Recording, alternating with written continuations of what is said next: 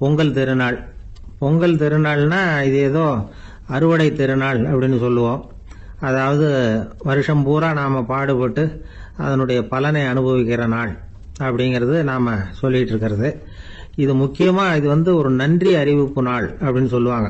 இன்னைக்கு நிறைய நன்றி அறிவிப்பு கூட்டம்லாம் நடந்துகிட்டு இருக்குல்ல, அது மாதிரி விவசாயிகள் நடத்துகிற ஒரு நன்றி அறிவிப்பு விழா இது. யாருக்கு நன்றி சொல்றாங்கன்னா ஆதவனுக்கு. அதாவது சூரியன் இல்லைன்னா விவசாயம் இல்லை. அதனால ஆதவனுக்கு நன்றி செலுத்துகிற நாளாக இந்த பொங்கல் திருநாளை நாம கொண்டாடுறோம். அதாவது இந்த பொங்கல்ல விவசாயிகள்ட்ட இருந்து நிறைய பண்புகளை நாம தெரிஞ்சுக்க வேண்டிய நாள் இது. விவசாயிகள் அவங்க விவசாயம் முன்னேறி இருக்கிற அளவுக்கு விவசாயிகளுடைய வாழ்க்கை தரம் முன்னேறல. அந்த அளவுக்கு அவர்கள் நாட்டுக்காக உழைச்சிக்கிட்டு இருக்கிறாங்க. அந்த காலத்திலேயே அதை பத்தி ஒரு கதை சொல்றது உண்டு. ஒரு வயசான ஆளு நிலத்துல ஏறு உழுதுகிட்டு இருந்தாராம். கிழிஞ்சு போன ஒரு சின்ன துண்டை தான் இடுப்புல கட்டியிருந்தாராம். தலையில ஒரு கந்தலை சுத்தி இருந்தார். உடம்பு பூரா சேரு, ரொம்ப ஏழை. ஏறு ஓட்டிட்டு இருக்கிறவர் வேற எப்படி இருப்பார்? இருந்தாலும் அந்த ஆளு ரொம்ப ஜாலியா பாட்டு பாடிக்கிட்டே ஏறு உழுதுகிட்டு இருந்தாராம். உடம்புல தான் அவர் ஏழையை தவிர மனசுல ஒரு ஏழையா தெரியல. அந்த சமயத்துல அந்த நாட்டு ராஜா அந்த பக்கமா குதிரை மேல வந்தாராம். வேட்டைக்கு போயிட்டு பரிவாரங்களோட திரும்பி வந்துகிட்டு இருக்கிறார். ரொம்ப செல்வ செழிப்புல இருக்கிற ராஜா அவர் இந்த வயசான விவசாயியை பார்த்திருக்கார். இந்த ஆள் ரொம்பவும் ஏழைங்கிறது அவர் பார்த்தாவே பளிச்சுன்னு தெரியுது. கட்டிக்கிறதுக்கு நல்ல துணி இல்லை, உடம்போ இழைச்சி போயிருக்குது, வயிறு முதுகுல போய் ஒட்டிக்கிட்டு இருக்கு, கண்ணு குழி விழுந்து போயிருக்குது. ஆனாலும் முகத்தை பார்த்தா சந்தோஷமா இருக்கிற மாதிரி இருக்கு. இவ்வளவு உற்சாகமா பாடிட்டு இருக்கிறாரே அப்படின்னு ஆச்சரியமா நினைச்சு பார்த்தார் அந்த ராஜா. சரி, அவர்கிட்ட கொஞ்சம் பேச்சு கொடுத்து பார்க்கலாம் அப்படின்னு முடிவு பண்ணார். ஐயா பெரியவரே, இப்படி கொஞ்சம் வர முடியுமான்னாராம். பொழுது போறதுக்குள்ள நான் இந்த வயல் பூரா உழவு ஓட்டி ஆகணும், அதனால பேசுறதுக்கு நேரம் இல்லை அப்படின்னாராம் அந்த பெரியவர். என்ன அவ்வளவு அவசரமா? மீதி இருந்தா நாளைக்கு உழுத கூடாதா? அது சரி, உனக்கு எத்தனை ஏக்கர் நிலம் இருக்கு அப்படின்னு விசாரிச்சிருக்கார் ராஜா. எனக்குன்னு சொந்தமா உள்ளங்கை அளவு கூட நிலம் கிடையாது. இது எங்க முதலாளியோட நிலம். இதை பூராவும் உழுது முடிச்சாதான் அவர் கூலி கொடுப்பார். நான் கூலிக்கு உழுதுகிட்டு இருக்கிறேன். உங்ககிட்ட பேசிக்கிட்டு இருந்தா அவருக்கு துரோகம் பண்ணது மாதிரி ஆயிடும் அப்படின்னாராம். ராஜா குதிரையை விட்டு கீழே இறங்கினார். வரப்புல நடந்து அந்த பெரியவர்கிட்டயே போனாராம். சரி, ஒரு நாள் பூரா உழுதா உனக்கு எவ்வளவு கூலின்னு கேட்டிருக்கார். 8 அணா கூலி கிடைக்கும்னாராம் அவர்.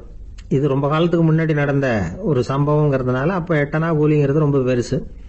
இருந்தாலும் அதுவும் அந்த ராஜாவுக்கு பெரிய கூலியா தெரியல. இவ்வளவுதானா, இதை வச்சுக்கிட்டு நீ எப்படி காலம் தள்ளுற அப்படின்னாராம். ஒன்னும் கவலை இல்லை அப்படின்னாராம் அவரு. ராஜாவுக்கு ரொம்ப ஆச்சரியமா போச்சு. 8 அணா கூலி வாங்குற இந்த ஆளு கவலை இல்லாம இருக்கிறார், ஏராளமான வசதியோட இருக்கிறன்னா கவலை இல்லாம வாழ முடியலையே அப்படின்னு நினைச்சு பார்த்திருக்கார். அது சரி, 8 அணாவில் எப்படி குடும்பம் நடத்துற அப்படின்னு கேட்டாராம்.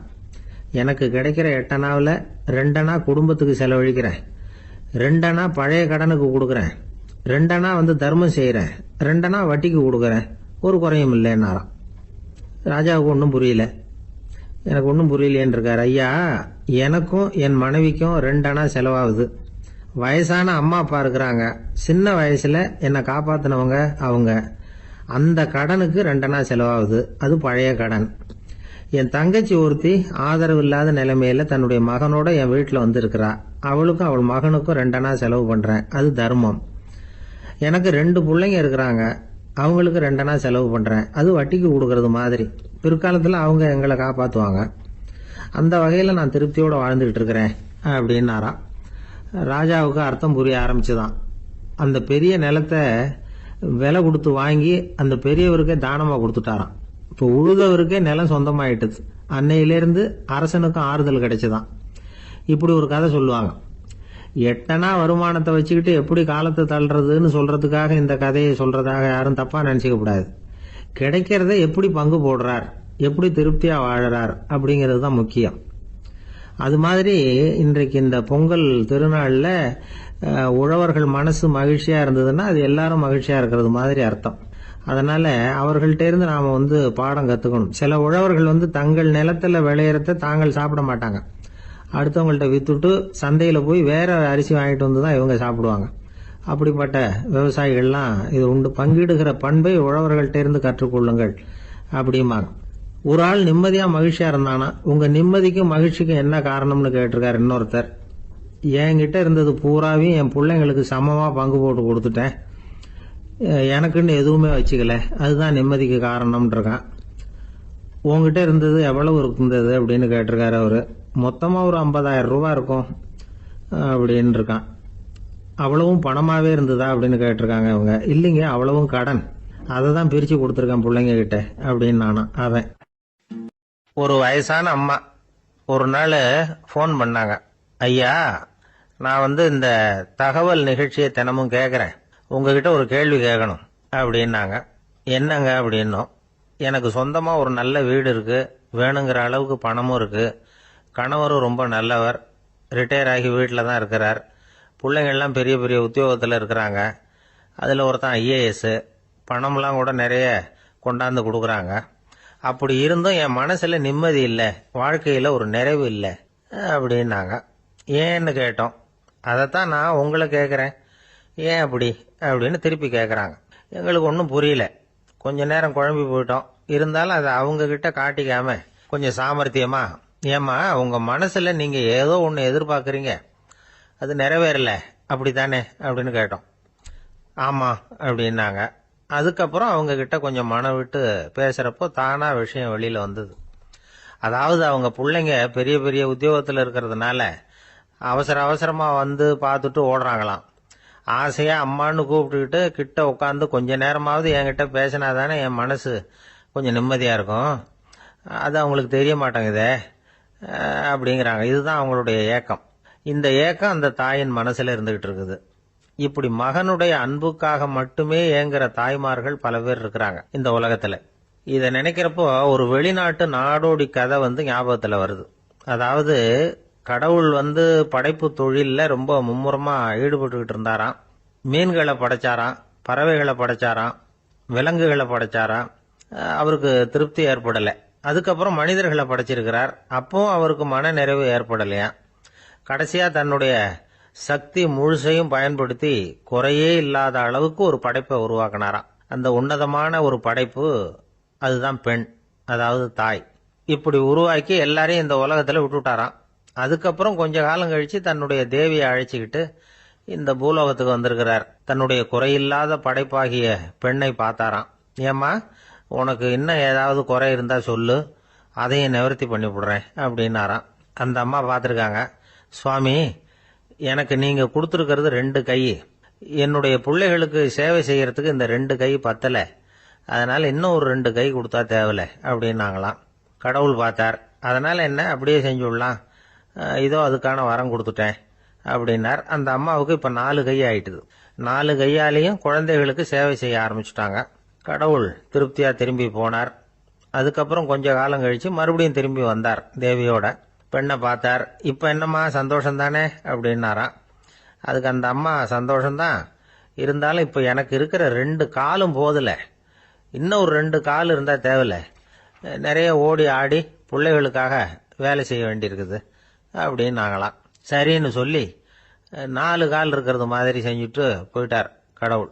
மறுபடியும் கொஞ்ச நாள் கழிச்சு தேவி சொன்னாங்க கடவுள்கிட்ட, நீங்கள் என்னதான் முயற்சி பண்ணினாலும் முழுமையான ஒரு படைப்பை உங்களால் உருவாக்க முடியாது, அப்படிதான் நான் நினைக்கிறேன் அப்படின்னாங்களாம். அப்படியா சொல்ற, வா அந்த பொண்ணை பார்த்துட்டு வருவோம் அப்படின்னு புறப்பட்டு இங்கே வந்தாங்களாம். இங்கே பார்த்தா 4 கால் 4 கையோடு அந்த பொண்ணு ஒரு செவுத்துல சாஞ்சி உட்காந்து அழுதுகிட்டு இருக்குது.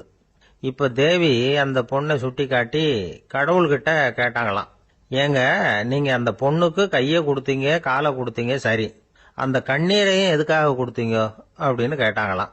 அதுக்கு கடவுள் சொன்னாராம், கையை கொடுத்தது நான் தான், காலை கொடுத்தது நான் தான், ஆனால் அந்த கண்ணீரை கொடுத்தது நான் இல்லை, அதை கொடுத்தது அந்த அம்மாவோட பிள்ளைங்க அப்படின்னாராம்.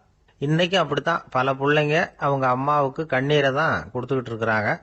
அம்மாவை மதிக்கிற பிள்ளைங்க தான் இன்னைக்கு நல்லபடியா இருக்கிறாங்கங்கிறது அவங்களுக்கு தெரியறதில்ல. இந்த காலத்து பிள்ளையாண்டான் ஒருத்தன் அவங்க அம்மா கிட்டையும் நல்ல பிள்ளையா நடந்துக்குவான், மனைவி கிட்டையும் நல்ல கணவனா நடந்துக்குவான், ரொம்ப சாமர்த்தியம். ஒரு நாள் அவங்ககிட்ட கேட்டாங்க, ஏப்பா உங்க அம்மாவும் உன் மனைவியும் சண்டை போட்டுக்கிட்டா நீ எந்த பக்கம் அப்படின்னாங்களாம். வீட்டுக்கு வெளிப்பக்கம் அப்படின்னானா அவன். நம்பிக்கை இல்லைன்னா இந்த உலகத்துல நாம நடமாடவே முடியாது. அவநம்பிக்கையோடு இருந்துகிட்டு இருந்தா என்னைக்கும் அவஸ்தை தான். நாம நம்புறது நடக்குதோ இல்லையோ அது வேற விஷயம். ஆனால் எதையும் நம்பி தான் நாம் அடி வைக்க வேண்டியிருக்கு. வேற ஒன்றும் வேணாம், ஒரு லாட்ரி சீட்டு வாங்குறோம், அது எங்கே நமக்கு விழப்போகுது அப்படிங்கிற அவநம்பிக்கையோடவா வாங்குறோம். பரிசு நமக்கு தான் அப்படிங்கிற நம்பிக்கை உள்ளூர இருக்கிறதுனால தான் அதை வாங்குறோம். இருந்தாலும் முடிவு வேற மாதிரி ஆயிடுது. அதுக்காக மனசு சோர்ந்து போறதில்ல, அடுத்த மாசமும் சீட்டு வாங்குறோம். இந்த நம்பிக்கை தான் மனித வாழ்க்கைக்கு ஆதாரம். ஒரு கடையில் போய் டீ சாப்பிட்றீங்க, அந்த டீ நல்ல டீ தானா, அதில் விஷம் கலந்துருக்குமா அப்படிங்கிற சந்தேகம் வந்துட்டுதுன்னு வச்சுங்க. அதுக்கப்புறம் அதை எப்படி நீங்கள் சாப்பிட முடியும்? நம்பி தான் சாப்பிடணும். ரயில் ஒழுங்காக போய் சேருங்கிற நம்பிக்கை இருக்கிறதுனால தான் அதில் ஏறி உட்காடுறோம். லெட்டர் ஒழுங்காக போய் சேருங்கிற நம்பிக்கை இருக்கிறதுனால தான் பெட்டியில் போடுறோம். சரி, நம்ம கதையெல்லாம் நம்மளோட இருக்கட்டும். மனித நம்பிக்கை எந்த அளவுக்கு உறுதியாகவும் அறிவுபூர்வமாகவும் இருக்கணுங்கிறதுக்கு அலெக்சாண்டர் வாழ்க்கையில் நடந்த ஒரு சம்பவத்தை உதாரணமாக சொல்லலாம். இந்த உலகத்தையே ஜெயிக்கணும்னு புறப்பட்டார் அலெக்சாண்டர். ஒரு கட்டத்தில் அவர் சிட்னஸ் நதி கரைக்கு சேர்ந்தார். அந்த சமயத்தில் அவருக்கு கடுமையான நோய் வந்துட்டுது. அவர் கூடவே வந்திருந்த கிரேக்க வைத்தியர்கள் என்னென்னமோ முயற்சியெல்லாம் பண்ணி பார்த்தாங்க. இருந்தாலும் அலெக்சாண்டருக்கு வந்திருக்கிறது என்ன நோய்ங்கிறத அவங்களால கண்டுபிடிக்க முடியல. ஏன்னா அந்த பகுதியில் உள்ளவங்களுக்கு மட்டுமே அதிகமாக வரக்கூடிய ஒரு வினோதமான நோயாக இருந்தது அது. ஆனால் அவர் இருக்கிற இடம் எதிரியோட இடம், பாரசீக மன்னனோட ஆளுகைக்கு உட்பட்ட இடம். என்ன பண்ணுறது அப்படின்னு எல்லாரும் யோசனை பண்ணாங்க. பாரசீக மன்னனோட அரண்மனையில் இருக்கிற வைத்தியர் வந்தால் இந்த நோயை குணப்படுத்தி விடுவார் அப்படின்னு சொன்னாங்க. இருந்தாலும் எதிரியோட நாட்டில் இருக்கிற வைத்தியரை கூப்பிட்டு எப்படி நம்பி வைத்தியம் பார்க்க சொல்றது அப்படின்னு சொல்லி எல்லாரும் தயங்கினாங்க. ஆனால் அலெக்சாண்டர் தயங்கலை. பரவாயில்ல, அழைச்சிட்டு வாங்கன்னு விட்டார். உடனே அவரை போய் அழைச்சிட்டு வந்துட்டாங்க. அவர் வந்தார். அலெக்சாண்டர் உடம்பை பரிசோதனை பண்ணி பார்த்தார். சரி, இதை குணப்படுத்தி விடலாம், பயப்பட வேண்டியதில்லை. ஆனால் இதுக்கு ஒரு மூலிகை ரசம் தயார் பண்ணி கொடுக்கணும். நான் போய் அதை தயார் பண்ணிட்டு 2 நாளில் திரும்பி வந்துடுறேன் அப்படின்னு சொல்லிவிட்டு போனார் அந்த வைத்தியர். அதே மாதிரி 2 நாளில் திரும்பி வந்தார் மூலிகை ரசத்தோட. இதுக்கு இடையில அலெக்சாண்டரோட தளபதிகளில் ஒருத்தர் ரகசியமாக ஒரு எச்சரிக்கை கடிதம் கொடுத்து அனுப்பியிருக்கிறான். அதை வாங்கி என்ன விஷயம்னு பார்த்தார். இப்போ உங்ககிட்ட வந்திருக்கிற எதிரி நாட்டு வைத்தியரை நம்பாதீங்க, அவன் கொண்டுகிட்டு வந்திருக்கிற மூலிகை ரசத்தில் விஷம் கலந்துருக்குது அப்படின்னு அதில் எழுதியிருக்கு. அதை பார்த்தார் அலெக்சாண்டர். இருந்தாலும் கொஞ்சம் கூட அலட்டிக்கல. வைத்தியர் கொடுத்த மருந்தை வாங்கி கடகடன்னு குடிச்சுட்டு அதுக்கப்புறம் அந்த கடிதத்தில் இருந்த விஷயத்தை அந்த வைத்தியர்கிட்ட சொன்னார். வைத்தியர் திகைச்சு போயிட்டார். தன் மேல அலெக்சாண்டர் வச்சிருக்கிற நம்பிக்கையை பார்த்து அவருக்கு ரொம்ப வியப்பு. வைத்தியர் உண்மையிலேயே நல்ல மருந்து தான் கொண்டுட்டு கொடுத்துருக்கிறார், அதுல விஷம்லாம் எதுவும் கலக்கல. அதுக்கப்புறம் அலெக்சாண்டர் அந்த வைத்தியரை பார்த்து சொன்னாராம், நம்பிக்கைங்கிற அச்சாணியை ஆதாரமா வச்சுக்கிட்டு தான் இந்த உலகம் சுத்திக்கிட்டு இருக்குது. எனக்கு எதிரியா இருந்தாலும் பாரசீக மன்னர் ரொம்ப பெரியவர். அப்பேற்பட்ட மன்னருடைய அரண்மனை வைத்தியர் தொழில் நேர்மை இல்லாதவரா இருக்க மாட்டார்.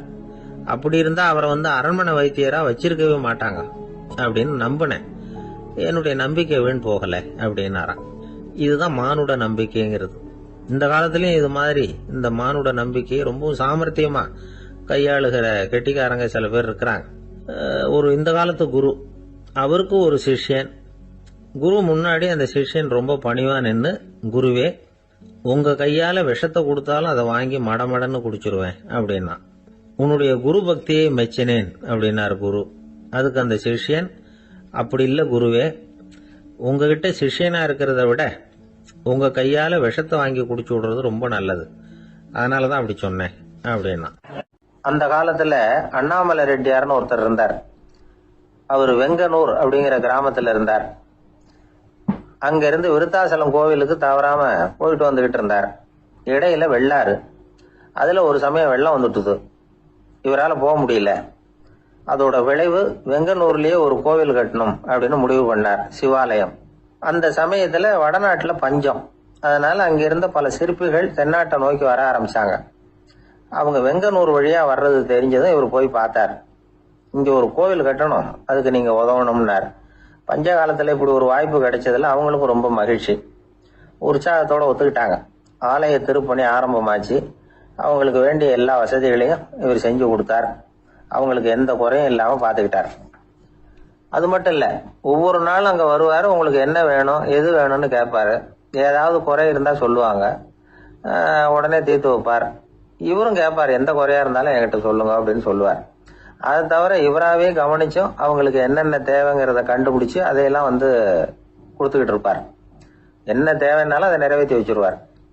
அந்த சிற்பிகளின் தலைவன் ஒருத்தன், அந்த ஆளுக்கு வெத்தலை பாக்கு போடுறது பழக்கம். இதை தெரிஞ்சுக்கிட்டு அதுக்காகவே ஒரு ஆளை ஏற்பாடு பண்ணார். வேணுங்கிற போலாம் நீ வெத்தலை சிவல் மடிச்சு கொடுக்க வேண்டியது உன் வேலை அப்படின்னு ஒருத்தனை ஏற்பாடு பண்ணிட்டார். இப்படியெல்லாம் செஞ்சதும் அவங்களுக்கும் ரொம்ப உற்சாகம். ரொம்ப பொறுப்பா சிற்ப வேலைகளை செஞ்சுக்கிட்டு இருக்கிறாங்க. ஒரு நாள் என்னாச்சு தெரியுமா? அந்த சிற்பிகளின் தலைவன் ரொம்ப நுணுக்கமா ஒரு வேலையை செஞ்சுக்கிட்டு இருக்கிறான். சாரம் போட்டு அது மேல படுத்துக்கிட்டு அண்ணாந்து பார்த்து உச்சியில நுணுக்கமான சிற்பங்களை உருவாக்கிக்கிட்டு இருக்கான்.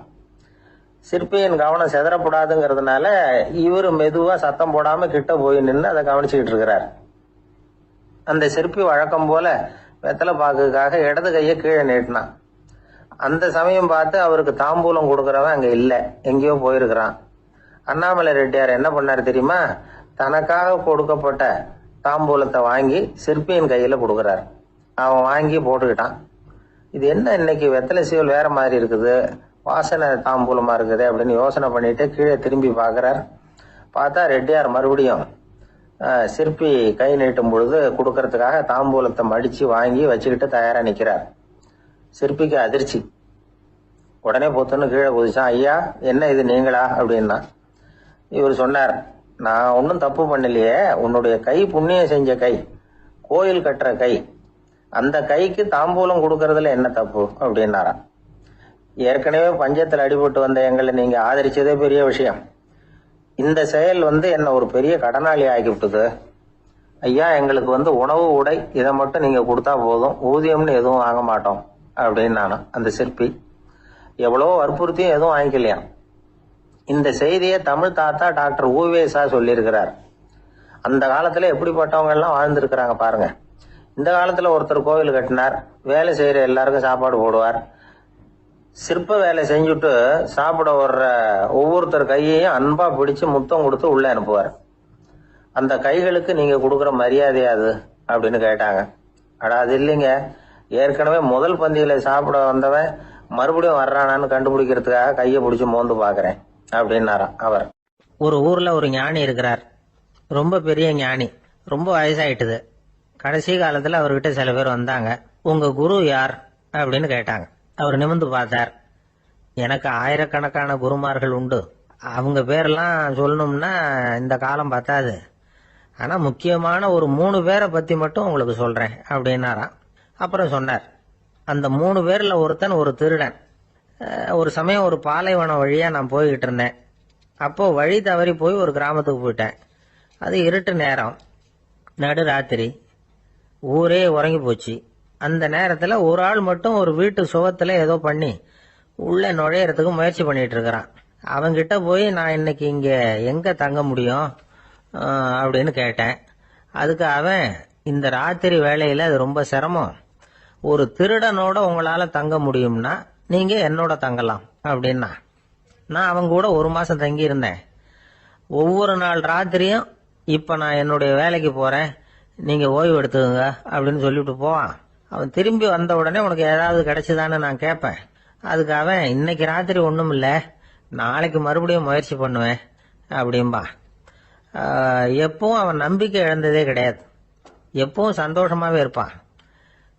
நானும் ரொம்ப காலமா தியானம் பண்ணிக்கிட்டே இருந்தேன், ஒண்ணுமே நடக்கல. ஆனா நான் என்ன பண்ணேன் தெரியுமா? மனசு வருத்தப்படும், நம்பிக்கை இழந்துருவேன். அப்பெல்லாம் அந்த திருடனுடைய விடாமுயற்சி தான் ஞாபகத்துக்கு வரும். அதனால அந்த திருடன் எனக்கு ஒரு குரு. என்னுடைய 2வது குரு யாருன்னா அது ஒரு நாய். இது எப்படின்னா, ஒரு சமயம் எனக்கு ரொம்ப தாகமா இருந்தது. ஒரு நதியை நோக்கி போயிட்டு இருந்தேன். அப்போ ஒரு நாயும் வந்தது. அதுக்கும் தாகம். ஓடி ஆத்த பார்த்தது. அதோட நிழல் ஆத்துல தெரிஞ்சது. அதை பார்த்ததும் பயந்துட்டுது. அதாவது அது தன்னுடைய சொந்த உருவத்தையே கண்டு பயந்தது. அதை பார்த்து குறைக்குது, திரும்பி ஓடிச்சு. ஆனா அதுக்கு தாகம் அதிகமா இருந்ததுனால அது மறுபடியும் திரும்பி வந்தது. பார்த்தா மறுபடியும் தண்ணியில நாயோட உருவம் தெரியுது. இப்படி சில தடவை பண்ணிச்சு. இருந்தாலும் கடைசியில் தண்ணியில குதிச்சுட்டுது துணிஞ்சி. இப்படி குதிச்ச உடனே அதோட உருவமும் மறைஞ்சுட்டுது. இத பார்த்தேன். நான் என்ன புரிஞ்சுக்கிட்டேன்னா, எவ்வளவுதான் பயம் இருந்தா கூட ஒருத்தன் தைரியமா காரியத்துல இறங்கணும் அப்படிங்கறத புரிஞ்சுக்கிட்டேன். இந்த போதனை அந்த நாய்கிட்ட இருந்து எனக்கு கிடைச்சது. இது ஒண்ணு. அடுத்தது என்னுடைய மூன்றாவது குரு யாருன்னா, அது ஒரு சின்ன குழந்தை. நான் ஒரு சமயம் ஒரு நகரத்துக்கு போனேன். அங்க ஒரு குழந்தை எரிகிற மெழுகுவத்தி ஒண்ணு எடுத்துக்கிட்டு வந்தது. நான் அந்த குழந்தைய பார்த்து வேடிக்கையா கேட்டேன், ஏன் பாப்பா இந்த மெழுகுவத்திய நீயாவே கொளுத்துனியா அப்படின்னு கேட்டேன். ஆமான்னு அந்த குழந்தை. சரி, இந்த மெழுகுவத்தி முன்னாடி எரியாம இருந்தது, இப்ப எரியுது. இந்த மெழுகுவத்திக்கு வெளிச்சம் எங்க இருந்து வந்தது, அதை எனக்கு காட்ட முடியுமா அப்படின்னு கேட்டேன் அந்த குழந்தைகிட்ட. இதுக்கு அந்த குழந்தை சிரிச்சுக்கிட்டு அந்த மெழுகுவத்திய ஊதி அணைச்சுட்டுது.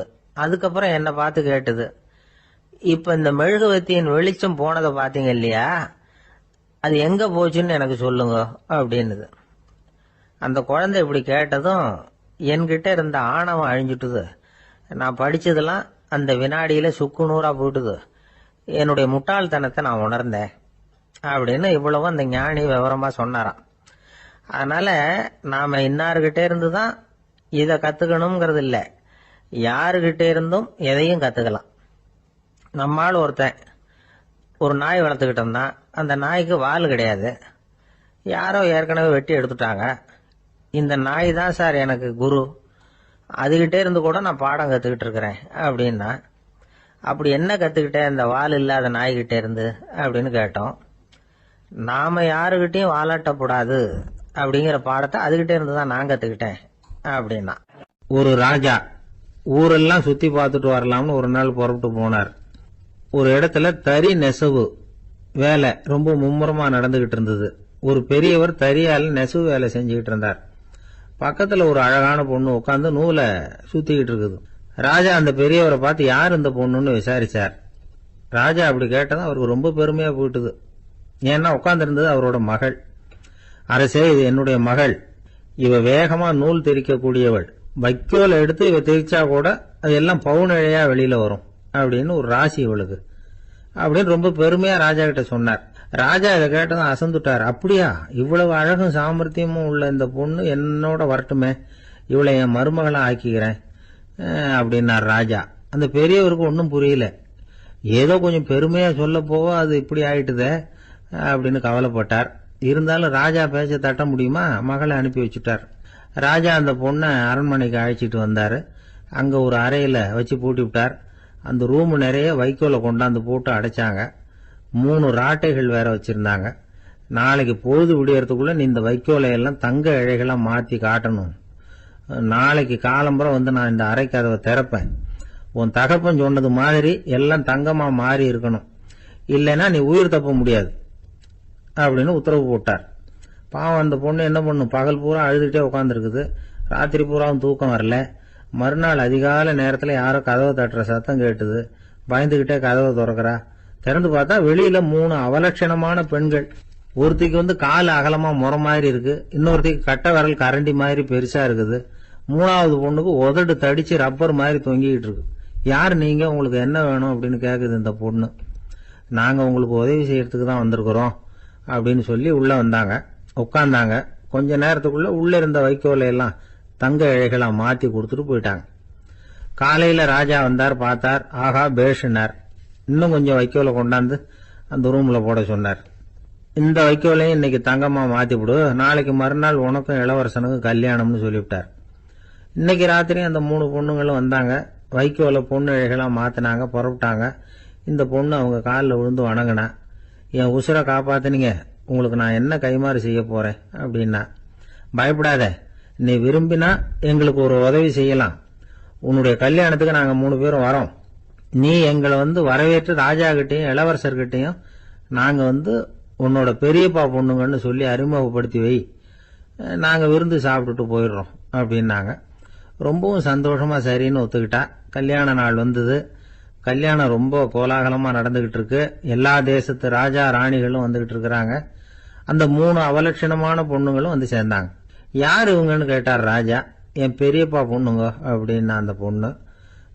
காலும் உதடும் கட்டை விரலும் ஏன் இப்படி உங்களுக்கு அவலட்சணம் ஆயிட்டுது அப்படின்னு கேட்டார். அதுக்கு அந்த பொண்ணுங்க பதில் சொன்னாங்க. என்ன செய்யறது, ஓயாம வைக்கோல 100 ஒருத்தியோட கட்டை விரல் அப்படி கரண்டி மாதிரி ஆயிட்டுது, நாக்கில் தொட்டு தொட்டு திரிச்சதுனால ஒருத்தியோட உதடு அப்படி ஆயிட்டுது, காலால கட்டையை அழுத்தி அழுத்தி தறி போட்டதுனால இன்னொருத்தையோட கால் இப்படி ஆயிட்டுது. உங்க மருமகளா வந்திருக்கிற இந்த பொண்ணு அந்த மூணையுமே செய்ய தெரிஞ்சவ தான். என்ன ஆக போதும் இன்னும் கொஞ்ச நாள்ல அப்படின்னாங்க. அவ்வளவுதான், ராஜா பயந்துட்டார்.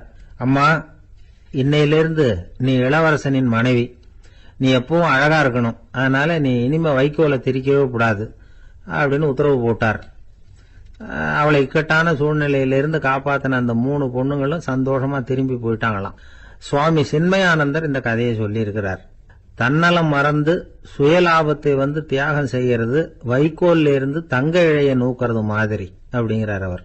அது இருக்கட்டும், இப்ப நம்ம கதைக்கு வருவோம். ஒரு ராஜா தன்னோட மகனுக்கு சுயவரம் நடத்தினார். எல்லா தேசத்தில இருந்தும் ராஜகுமாரர்கள் வந்திருந்தாங்க.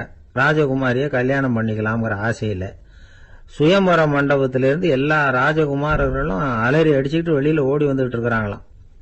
ஏன் அப்படி எல்லாரும் மிரண்டு போய் ஓடி வர்றாங்கன்னு கேட்டார் ஒருத்தர். அதுக்கு இன்னொருத்தர் விவரம் சொன்னார். ராஜகுமாரியை இன்னைக்குதான் அவங்க நேர்ல பார்த்தாங்களாம், அதுதான் அப்படி ஓடி வந்துட்டு இருக்கிறாங்க அப்படின்னார். ஒரே ஒரு ஊர்ல ஒரு ராஜா இருந்தாராம்.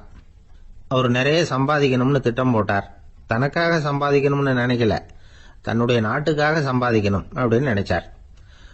அரசாங்க கருவூலத்துல கையிருப்பு குறைச்சலா இருந்தது. மக்கள் கிட்ட வரி விதிச்சாகணும், வேற வழி இல்லை. ஆனாலும் அந்த ராஜா மக்கள் கஷ்டப்படக்கூடாது அப்படின்னு நினைக்கிறவர். மக்கள் வரியையும் கட்டணும், அதே நேரத்தில் அவங்க சிரமப்படவும் கூடாது. இதுக்கு தகுந்த மாதிரி ஒரு திட்டம் போட்டார். அது பிரகாரம் என்ன பண்ணார்னா, அந்த நாட்டில் ஒரு 3 பெரிய குளங்களை தோண்டினார்.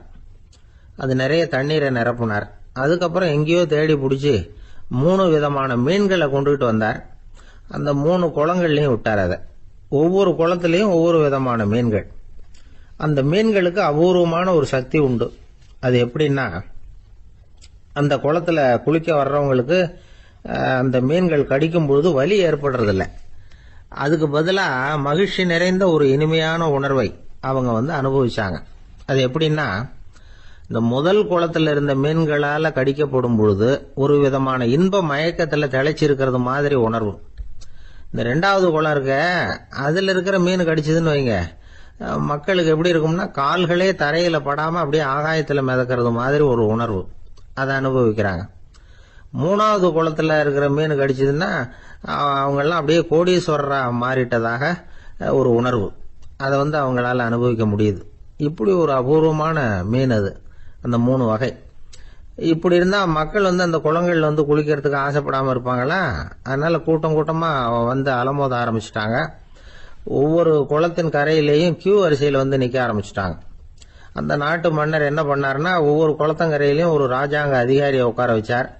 டிக்கெட்டை அடிச்சு கொடுத்தார். குளிக்க வர்றவங்க கிட்ட ஒரு குறிப்பிட்ட தொகையை கட்டணமா வசூலிக்க ஆரம்பிச்சார். அவ்வளவுதான், அரசாங்க கருவூலம் நிரம்ப ஆரம்பிச்சுட்டுது. ராஜாங்கத்துக்கு தேவையான பணம் கிடைச்சிட்டுது. இது ஒரு கதை. இத பத்தி என்ன நினைக்கிறீங்க? அதாவது மக்களுக்கு சுமை தெரியாமலே வரி வசூல் பண்றது நல்லது தானே அப்படின்னு நினைப்பீங்க. ஆனா இன்னைக்கும் உலகத்துல பல அரசாங்கங்கள் இதே மாதிரி 3 குளங்களை வெட்டி வச்சிருக்குது. மக்களும் அதுல குளிச்சுக்கிட்டு தான் இருக்கிறாங்க. அது எப்படிங்கிறீங்களா? அந்த முதல் குளம் தான் சினிமா தியேட்டர். அதுல குளிக்கிறவங்க தான் ஒரு விதமான இன்ப மயக்கத்துல திளைச்சிருக்கிறது மாதிரியான உணர்வை அனுபவிக்கிறவங்க. 2வது குளம் தான் சாராய கடை. இந்த குளத்துல குளிக்கிறவங்க தான் கால்களே தரையில படாம ஆகாயத்துல மிதக்கிறது மாதிரி உணர்வை அனுபவிக்கிறவங்க. 3வது குளம் லாட்டரி டிக்கெட். இதுல குளிக்கிறவங்க தாங்கள் அப்படியே கோடீஸ்வரர்களா மாறினது மாதிரி ஒரு உணர்வு, அதை அனுபவிக்கிறவங்க. இன்னைக்கு பல நாடுகள் இந்த குளங்களை பயன்படுத்திக்கிட்டு தான் வராங்க. ஒரு பூவில் வண்டு உட்காருது. அதுல இருக்கிற தேனை வண்டு எடுக்குது. இந்த சமயத்துல அந்த பூவுக்கு வலிக்குமா? அதுக்கு வலிக்கிறது இல்லை. அந்த பூவோட மலர்ச்சியும் வளர்ச்சியும் குன்றி போறதும் கிடையாது. ஒரு ராஜா மக்கள் கிட்ட வரி வசூல் பண்ணும் பொழுது மக்களுக்கு சிரமமும் தெரியக்கூடாது, அதே நேரத்தை அதனால அவங்க வாழ்க்கையும் கெட்டு போயிடக்கூடாது. அது மாதிரி வரி வசூல் பண்ணணுமா. இது காளிதாசனின் ரகுவம்சத்துல காணப்படுகிற ஒரு கருத்து. ஒரு சின்ன குழந்தை தவறுதலா ஒரு 25 காசு நாணயத்தை மூழ்கி விட்டுது. காசு வயத்துக்குள்ள போயிட்டுது. அந்த குழந்தையோட தாய் உடனே குழந்தைய தூக்கிட்டு ஆஸ்பத்திரிக்கு புறப்பட்டாங்க. அப்ப அந்த பக்கமா ஒருத்தர் வந்தார் தெருவில். என்ன விவரம்னு கேட்டார். இவங்க சொன்னாங்க, குழந்தை காசை முழுகிட்டுது, அதான் அவசரமா ஆஸ்பத்திரிக்கு தூக்கிட்டு ஓடுறேன் அப்படின்னாங்க. அவர் வந்தவர் சொன்னார், கவலைப்படாதம்மா, உடனே இப்படி கொடுங்க குழந்தைய அப்படின்னு கையில் வாங்கினார். ஒரு கையில் அந்த குழந்தையோட கால் ரெண்டையும் பிடிச்சி தலைகீழா தூக்கி பிடிச்சார். இன்னொரு கையால் அந்த குழந்தையோட வயத்துல குறிப்பா ஒரு இடத்துல அப்படியே தேடி அந்த சுட்டு விரலால ஒரு இடத்துல பொட்டுன்னு தட்டினார். உடனே காசு அந்த குழந்தையோட வாய் வழியா வெளியில வந்து விழுந்துட்டுது. காசை எடுத்துக்கிட்டு, இந்தாங்கம்மா உங்க குழந்தை அப்படின்னார். ரொம்ப நன்றிங்க, நிச்சயமா நீங்க ஒரு டாக்டரா தான் இருக்கணும், என்னுடைய யூகம் சரிதானே அப்படின்னாங்களாம் அந்த அம்மா.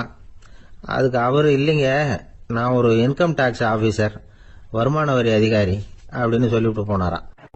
அந்த ஆள் என்ன கண்ணா பண்ணான்னு திட்டி விட்டான் சார், அதை நினைச்சா எனக்கு ரொம்ப வருத்தமா இருக்கு அப்படின்னு சொல்லி கவலைப்பட்டார் ஒருத்தர். இதுல கவலைப்படுறதுக்கு என்ன இருக்குது அப்படின்னார் ஒரு பெரியவர். அவர் ஒரு மகான். என்ன சார் இப்படி சொல்றீங்க, ஒருத்தர் நம்ம பார்த்து திட்டுனா வருத்தமா இருக்காதா அப்படின்னார்.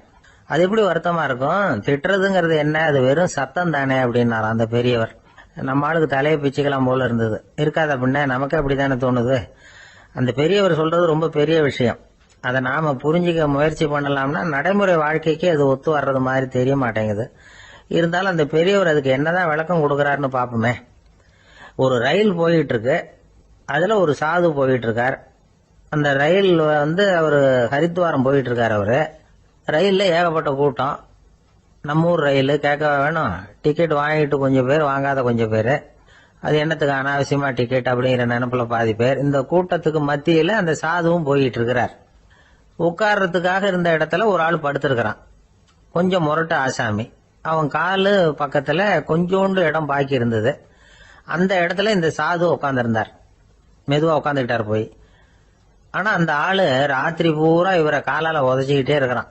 அது இவருக்கு ரொம்ப அவமானமா பட்டது. அதனால துக்கம் ஏற்பட்டது. இருந்தாலும் அதை ஒரு மாதிரியா சகிச்சுக்கிட்டே இவர் வந்து சேர்ந்தார். பொழுது விடிஞ்சது. அந்த சாது ஹரித்வார் வந்து சேர்ந்தார். அங்க ஒரு பெரிய ஞானியை சந்திச்சார். ராத்திரி ரயில்ல அந்த ஆளு உதைச்சதையும் அதனால தனக்கு ஏற்பட்ட துக்கத்தையும் இந்த சாது அந்த ஞானி கிட்ட சொன்னார். சொல்லிவிட்டு, ஏன் சுவாமி, எனக்கு துக்கம் ஏற்பட்டதே அது தப்பா அப்படின்னு கேட்டார். தவறுதான் அந்த ஞானி. உனக்கு இன்னமும் தேக அபிமானம் போகலைங்கிறது தான் அது காட்டுது. அஷ்டாவக்கிரர் என்ன சொல்றார் தெரியுமா, உண்மையான ஞானி யாராவது தன்னை வந்தனை செய்தால் அதற்காக சந்தோஷப்பட மாட்டார், யாராவது நிந்தனை செய்தால் அதற்காக வருத்தப்பட மாட்டார் அப்படின்னு சொல்றார். நிந்தனைங்கிறது ஒரு ஒலி தான். தேகாபிமானம் இருக்கிற வரைக்கும் இந்த ஒலி நம்மளை வேதனைப்படுத்தும். நான் தேகம் இல்லை, ஆத்மா அப்படிங்கிற நினைவு இருந்தா இந்த ஒலி நம்மளை பாதிக்காது. மனு என்ன சொல்றார் தெரியுமா, ஒரு சாதகன் பாராட்டுதலை விஷம்னு நினைச்சு பயப்படணும், அவமானத்தை அமிர்தம்னு நினைச்சு சந்தோஷப்படணுங்கிறார். அவமானப்பட்டா கவலைப்படாம எப்படி இருக்க முடியும் அப்படின்னு தான் நமக்கு தோணும். அதனாலதான் நம்மள யாரும் இதுக்கு உதாரணமா யாரையும் காட்ட முடியல. புத்தரையும் கபீரையும் உதாரணமா காட்டுறாங்க. அவங்களுக்கெல்லாம் அவமானம் ஏற்பட்டப்போ கவலையே படலையாம். புத்தரை அவமானப்படுத்தணுங்கிறதுக்காக கௌசாம்பி ராணி ஒரு இளம் பெண்ணை கொலை பண்ணி சடலத்தை புத்தர் குடிசைக்கு முன்னாடி போட சொன்னார். போட்டாங்க. புத்தர் தான் அந்த பொண்ணை கெடுத்து கொலை பண்ணி விட்டாருன்னு எல்லாரும் நினைச்சாங்க. ஆனா புத்தர் இதை பத்தி கவலையே படல. அப்புறமா உண்மை தெரிஞ்சதும் புத்தர் புகழ் இன்னும் அதிகமாயிட்டு. ஒரு பெரிய சபையில ஒரு மோசமான பொண்ணு நுழைஞ்சு தனக்கும் கபீருக்கும் சம்பந்தம் உண்டுன்னு சொன்னா கபீர் கவலைப்படல. அவங்க மாதிரியெல்லாம் நாமளும் இருக்க கத்துக்கணும். நிந்தனை, அபகீர்த்தி, அவமானம் எல்லாம் ஆண்டவன் கொடுக்கிற பிரசாதம்னு நினைக்கணும் அப்படின்னு சொல்றார் அந்த ஞானி. இதை கேட்ட இந்த காலத்து ஆசாமி ஒருத்தர், நான் கூட அப்படிதான் சார், யாராவது அவமானப்படுத்தினா கவலைப்பட மாட்டேன். நேத்து கூட ஒருத்தர் என்ன பலார்னு அரைஞ்சுட்டார், நான் கொஞ்சம் கூட கவலைப்படல, பேசாம வந்துட்டேன்னார். ஏன் அப்படி வந்துட்டீங்க அப்படின்னு. அவர் அரைஞ்சதுலேயும் ஒரு அர்த்தம் இருந்தது, அதனாலதான் அப்படி வந்துட்டேன்னார். ஏன் அரைஞ்சாருன்னு கேட்டேன். 10 வருஷத்துக்கு முன்னாடி 15 ரூபா அவர்கிட்ட கடன் வாங்கினேன், அதை கேட்டு கேட்டு பார்த்துட்டு கடைசியா தான் அரைஞ்சார் அப்படின்னார். ஆண்டவனுடைய பிரசாதம் இவருக்கு அடிக்கடி கிடைக்கும் போல இருக்கு. இந்த உலகத்துல எல்லாருக்கும் மகிழ்ச்சி தரக்கூடிய ஒரு பொருள் எது? இது ஒரு முக்கியமான கேள்வி. இந்த கேள்விக்கு பொருத்தமான ஒரு பதில உங்களால சொல்ல முடியுமா? அதாவது கொஞ்சம் யோசிச்சு பார்த்தா பணம்னு சொல்லலாமா? இப்ப கையில காசு இல்லாதவங்க கிட்ட ஒரு 10 ரூபாய கொடுத்தா அது அவனுக்கு சந்தோஷத்தை கொடுக்கும். ஏற்கனவே வருமான வரி பிரச்சனையில சிக்கி இருக்கிறவர்கிட்ட இன்னும் கொஞ்சம் பணம் இந்தாங்கன்னு சொல்லி கொடுத்தோம்னா அது அவருக்கு சங்கடத்தை தான் கொடுக்கும். அதனால அந்த கேள்விக்கு பணம்ங்கிறது பொருத்தமான பதிலா இருக்க முடியாது. கேள்வி என்னன்னா, இந்த உலகத்துல எல்லாருக்கும் மகிழ்ச்சி தரக்கூடிய ஒரு பொருள் எது? சரி, இனிப்புன்னு சொல்லலாமா? ஏன்னா எல்லாருக்கும் இனிக்க தானே செய்யும். அதுலயும் ஒரு சிக்கல் இருக்கு. சக்கரை வியாதிகாரங்களுக்கு அது என்ன சந்தோஷத்தையா கொடுக்கும்? ஆக எல்லாருக்கும் வேறுபாடு எதுவும் இல்லாம மகிழ்ச்சியை கொடுக்கக்கூடியது வேற ஏதோ ஒண்ணு இருக்கு. அது என்னன்னு கண்டுபிடிக்கணும். அதுதான் இன்னைக்கு தகவல். அதை கண்டுபிடிக்கணும்னா இந்த கதையை கேட்கணும். அது என்ன கதைன்னா, ஒரு ஊர்ல ஒரு ராஜா இருந்தார். அவருக்கும் இதே சந்தேகம் வந்துட்டுது. அதாவது எல்லாருக்கும் இன்பம் தரக்கூடிய பொருள் எது அப்படின்னு. இதுக்கு பதில் தெரிஞ்சுக்கிறதுக்கு ஆசைப்பட்டார். சரி, அதுக்கு என்ன செய்யலாம்னு யோசனை பண்ணாரு. நாட்டு மக்களுக்கு பகிரங்கமா ஒரு அறிவிப்பு கொடுத்தார். நம்ம நாட்டு மக்கள் இன்பம் தரக்கூடிய பொருள் எதுன்னு நினைக்கிறாங்களோ அதை கொண்டுகிட்டு வந்து அரண்மனையில உள்ள கண்காட்சி மண்டபத்துல வைக்கலாம். அப்படி அவங்க வைக்கிற பொருள்கள்ல எது எல்லாருக்கும் இன்பம் தரக்கூடியதா இருக்குமோ அதை வச்சவருக்கு 1000 பொற்காசுகள் பரிசு அப்படின்னு அறிவிப்பு கொடுத்துட்டார். ஜனங்கள் இந்த அறிவிப்பை கேட்டாங்க. அதுக்கப்புறம் சும்மா இருப்பாங்களா? 1000 பொற்காசுன்னா சும்மாவா? அவங்க கையில என்னென்ன கிடைச்சதோ அதையெல்லாம் கொண்டாந்து அரண்மனை காட்சி மண்டபத்துல வச்சுட்டாங்க. அதுக்கப்புறமா ராஜா அங்க வந்தார். ஒவ்வொன்னா பாத்துக்கிட்டே வந்தார். முதல்ல ஒரு குயில் இருந்தது, இனிமையா பாடக்கூடிய குயில். இந்த குயிலோட இன்னிசை எல்லாருக்கும் இன்பம் தரக்கூடியதுதான். இருந்தாலும் காது கேட்காதவங்களுக்கு இந்த இசை எப்படி இன்பம் தர முடியும்? அதனால இது சரியில்லைன்னு விட்டார். அடுத்தபடியா போனாரு. அங்க என்ன வச்சிருக்கிறாங்கன்னு பார்த்தா ஒரு அழகான மயில் அங்க தோகை விரிச்சு ஆடிக்கிட்டு இருக்குது. இந்த மயிலோட ஆட்டம் மனசுக்கு இன்பம் தரக்கூடியதுதான். இருந்தாலும் பார்வை இல்லாதவங்க இந்த ஆட்டத்தை பார்த்து ரசிக்க முடியுமா? முடியாது. அதனால இதுவும் சரியில்லை அப்படின்னு சொல்லிவிட்டார். அதுக்கு அடுத்தபடியா போனார். பல வகையான இனிப்பு பண்டங்களை வச்சிருந்தாங்க. பார்த்தார், வயசானவங்களுக்கும் நோயாளிகளுக்கும் இது இன்பம் தராது, துன்பம் தான் கொடுக்கும் அப்படின்னார். இப்படி ஒவ்வொன்னா பார்த்துக்கிட்டே போறார். அழகான மலர்கள், கனிகள், ஓவியங்கள் எதுவுமே பொருத்தமா தெரியல. சகல பேருக்கும் இன்பம் தரக்கூடிய வகையில எதுவும் இல்லை. கடைசியா வந்தாரு. அங்க ஒரு களிமண் பொம்மை இருந்தது. அது என்ன பொம்மை தெரியுமா? பசியால வாடி இருக்கிற ஒருத்தருக்கு ஒரு அம்மா இனிமையா பேசிக்கிட்டு சோறு போடுறது மாதிரி அந்த பொம்மையை செஞ்சிருந்தாங்க. அதுக்கு கீழே அன்பு அப்படின்னு எழுதியிருந்ததுதான். ராஜா பளிச்சுன்னு ஒரு முடிவுக்கு வந்தார். அந்த பொம்மையை செஞ்ச சிற்பியை வரவழைச்சார், பரிசு கொடுத்தார்.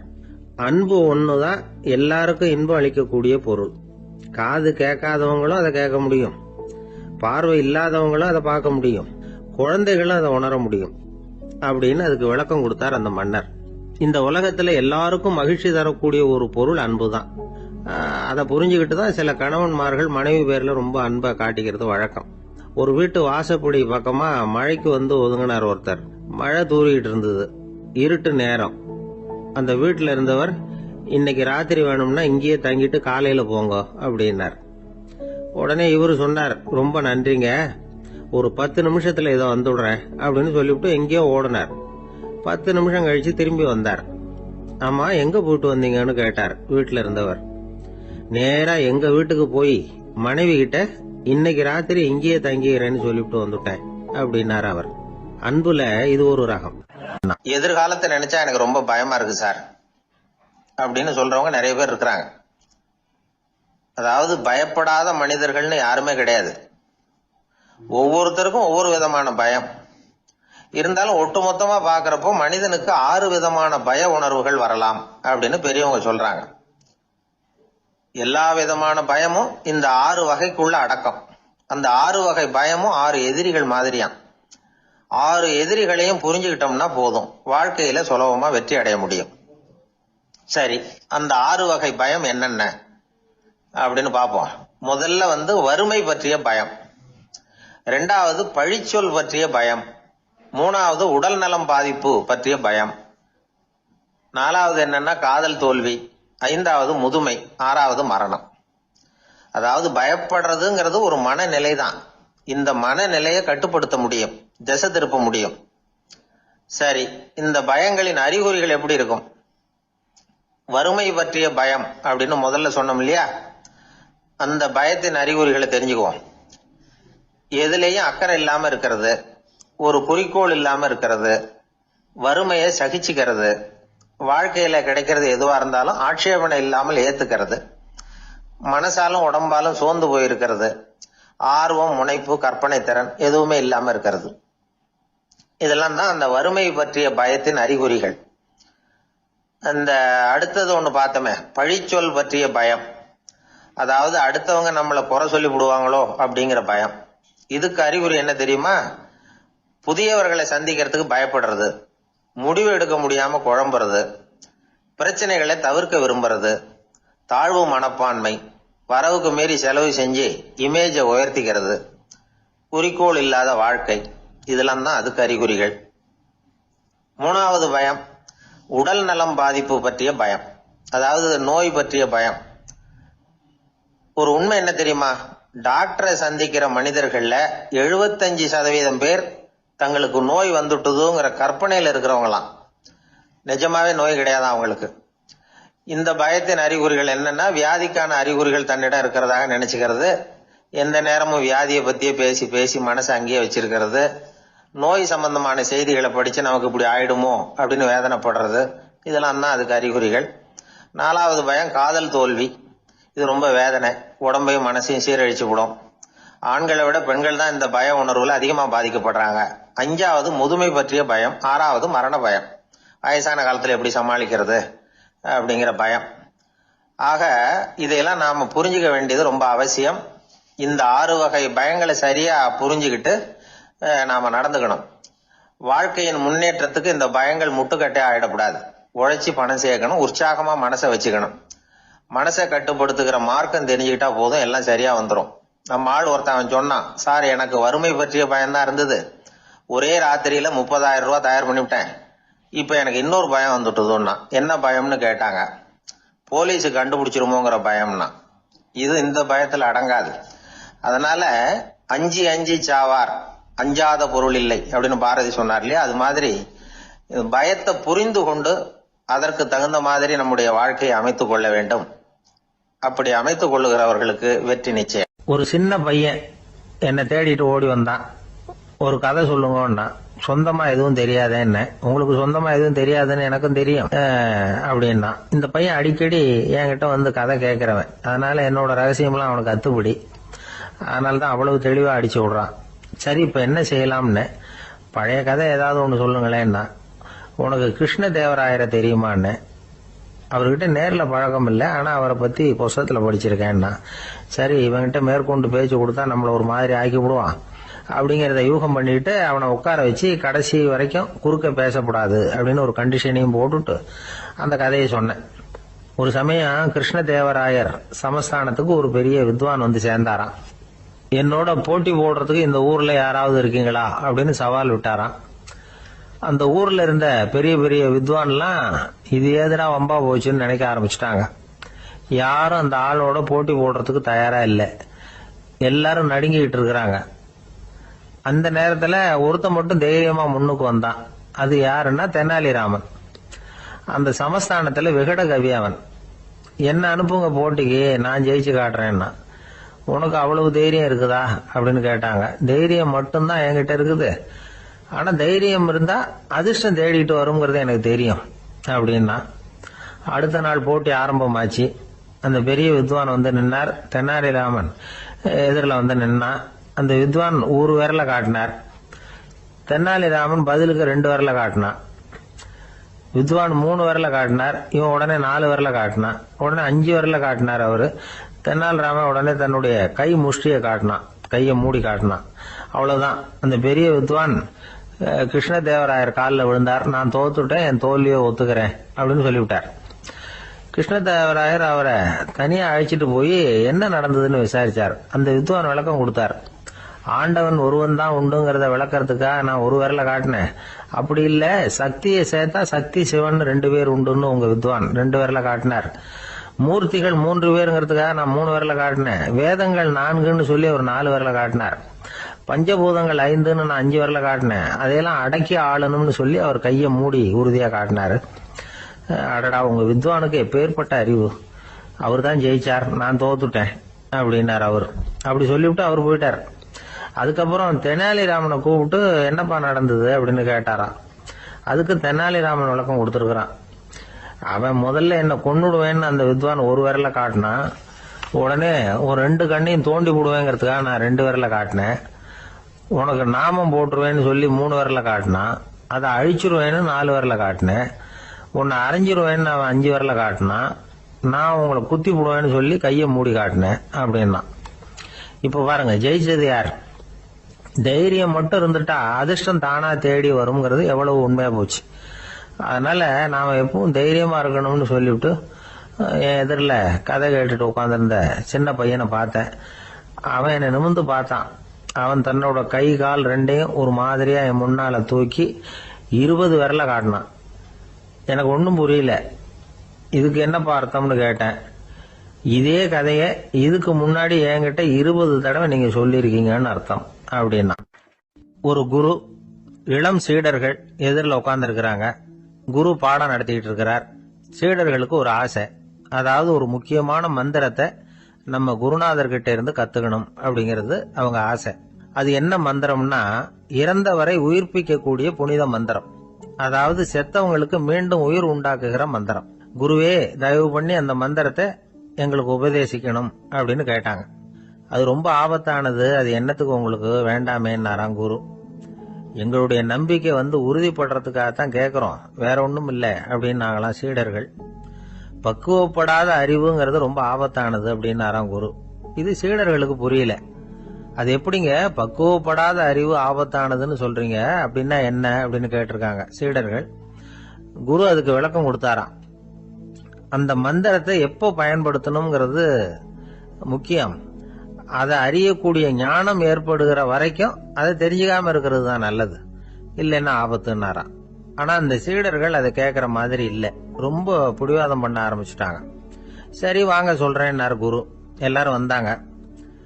அந்த புனித மந்திரத்தை அவங்களுக்கு ரகசியமா உபதேசம் பண்ணார். உபதேசம் பண்ணிவிட்டு அவங்களுக்கு எச்சரிக்கையும் கொடுத்தார். இந்த மந்திரத்தை நல்லா ஆராய்ச்சி பார்த்ததுக்கு அப்புறம் தான் உச்சரிக்கணும், அவசரப்பட்டு எதுவும் செஞ்சிடக்கூடாது அப்படின்னு ஒரு தடவைக்கு பல தடவை எச்சரிக்கை கொடுத்தார். சரின்னு சொல்லிவிட்டு அவங்க எல்லாம் மந்திரத்தை கத்துக்கிட்டு எழுந்திரிச்சு போயிட்டாங்க. ஒரு நாள் அந்த சீடர்கள் எல்லாம் மணற்பாங்கான இடத்துல அப்படியே நடந்து போயிட்டு இருக்கிறாங்க. ஒரு பாலைவன பகுதி மாதிரி ஒரு இடம். அங்க ஒரு இடத்துல எலும்புகள் குவியலா கிடந்தது.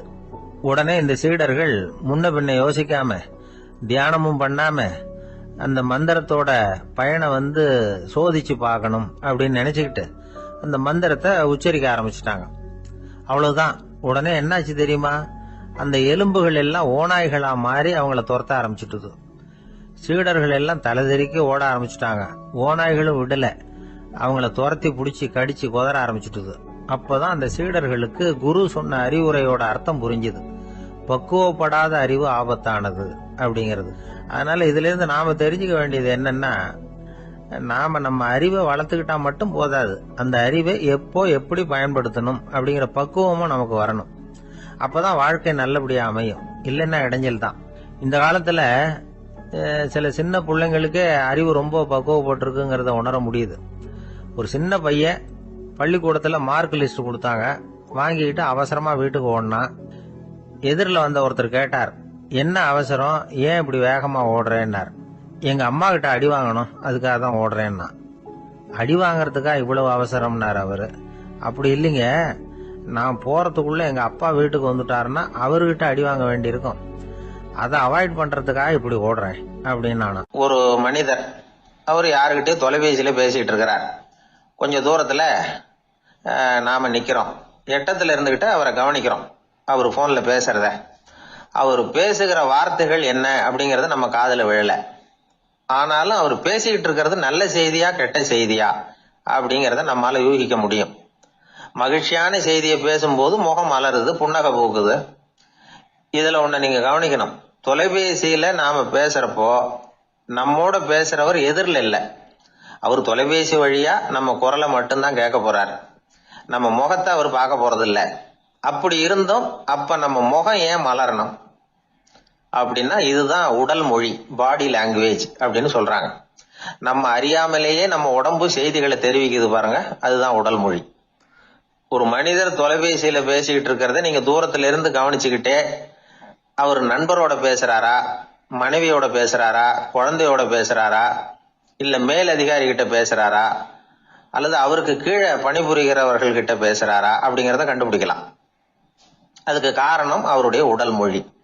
இந்த உடல் மொழி கூட நம்ம வாழ்க்கையின் முன்னேற்றத்துக்கு பயன்படும். இத பத்தி எல்லாம் கூட சில நிபுணர்கள் ஆராய்ச்சி பண்ணி பார்த்திருக்கிறாங்க.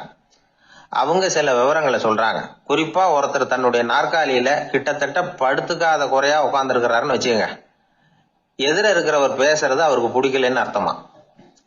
தலையை சொரிஞ்சுக்கிறது, வேற வேற திசைகள்ல பாக்குறது, கொட்டாவி விடுறது, கால்களை மாத்தி போட்டு உட்கார்றது, களைப்பா கை விரல்களை அப்படியே பின்னிக்கிறது, அடிக்கடி கடிகாரத்தை பாக்குறது, இப்படிலாம் ஒருத்தர் பண்ணிட்டு இருக்கிறாருன்னா நாம கூடிய சீக்கிரம் அந்த இடத்த விட்டு எழுந்திரிச்சு வந்துடுறது நல்லது.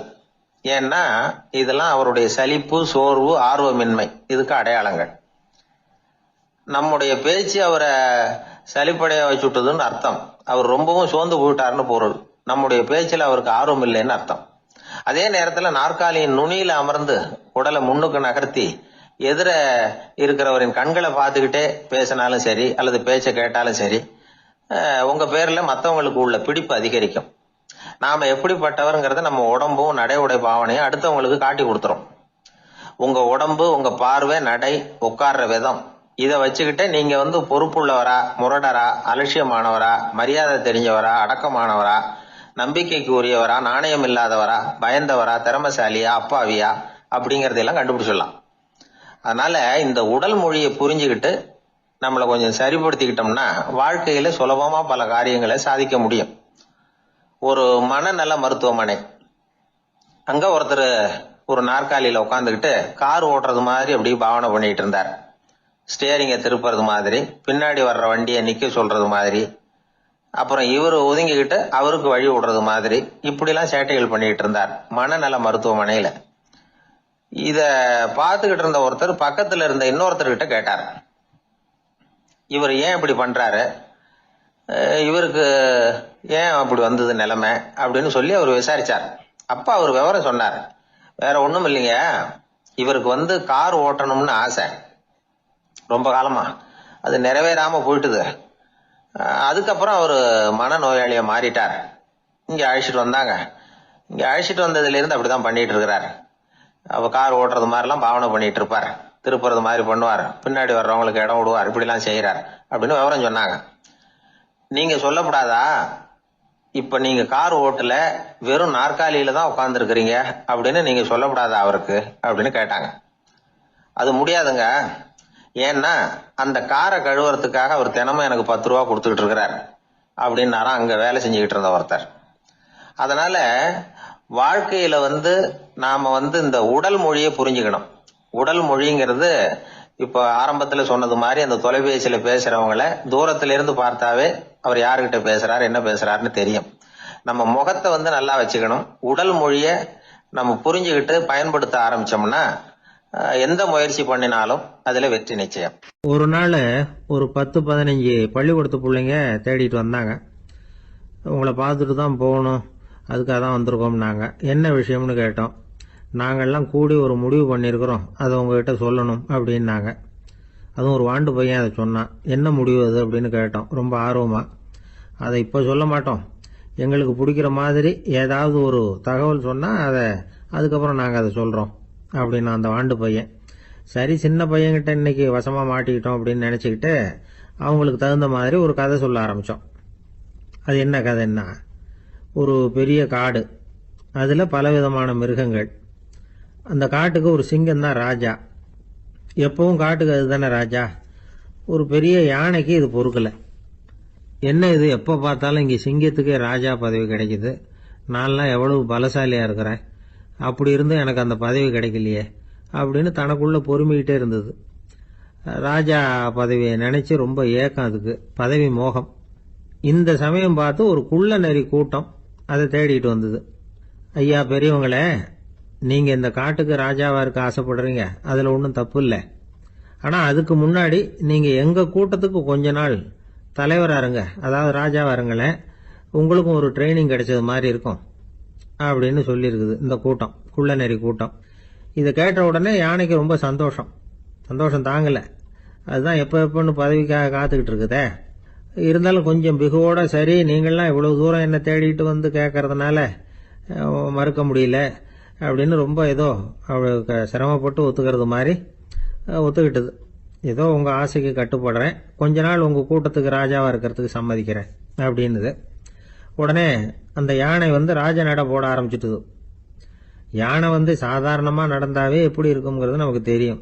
அதுவே ராஜ நட நடந்தால் எப்படி இருக்கும் கற்பனை பண்ணி பாருங்க. யானை முன்னாடி கம்பீரமாக போய்கிட்டு இருக்குது, தலைவர் இல்லையா, அதனால குள்ள நரிகள்லாம் ரொம்ப அடக்கமாக அது பின்னாடி அணிவகுத்து போயிட்டு இருக்குது. ராஜா வாழ்க மன்னர் வாழ்க அப்படின்னு கோஷம் வேற. யானைக்கு தலைகால புரியல, அவ்வளவு சந்தோஷம். அந்த யானைக்கு செருக்கு ஆணவம் எல்லாம் ஏற்பட்டு போச்சு. அதுக்கப்புறம் அது தரையை பார்க்குமா நிமிர்ந்து நடக்க ஆரம்பிச்சுட்டுது. தரையை பார்க்கறதே இல்லை. அப்படி போயிட்டு இருக்கிறப்போ ஒரு சதுப்பு நிலத்துல திடீர்னு காலை வச்சுட்டுது. அவ்வளவுதான், கால் உள்ள போட்டுது. இன்னொரு காலை எடுத்து வச்சுது, அதுவும் உள்ள போட்டுது. அந்த 2 காலையும் எடுக்கிறதுக்காக அடுத்த 2 காலையும் அழுத்திச்சு, அதுவும் உள்ள போக ஆரம்பிச்சுட்டுது. இப்ப 4 காலம் வசமா சேத்துல அழுந்தி போச்சு, எடுக்க முடியல. குள்ள நரிகள்லாம் அதை சுத்தி சுத்தி வந்தது. சிலது சுத்தி நின்று டான்ஸ் ஆட ஆரம்பிச்சுட்டுது யானையை பார்த்துட்டு. இதை யானை பார்த்தது. என்ன இது தலைவர், நான் தவிச்சுக்கிட்டு இருக்கிறேன், தொண்டர்கள்லாம் சுத்தி நின்று வேடிக்கை பார்த்துக்கிட்டு இருக்கிறீங்க, டான்ஸ் ஆடுறீங்க அப்படின்னு கேட்டுதான். தொண்டர்களே, தலைவர் நான் தவிச்சுக்கிட்டு இருக்கிறது உங்களுக்கு தெரியலையா? இப்போ உடனே உங்க தலைவரை காப்பாற்ற வேண்டியது உங்க கடமை இல்லையா அப்படின்னு கத்துச்சான் அந்த யானை. குள்ள நரிகள்ல ஒன்று முன்னாடி நின்று அந்த யானையை பார்த்துதான், தலைவரே, எங்களுக்கு ரொம்ப நாளா ஒரு ஆசை, அந்த ஆசையை நிறைவேற்றிக்கிறதுக்காகத்தான் உங்களை எங்க தலைவரா ஏத்துக்கிறோம்னு சொன்னோம் அப்படின்னு தான். என்ன ஆசைன்னு கேட்டிருக்கு.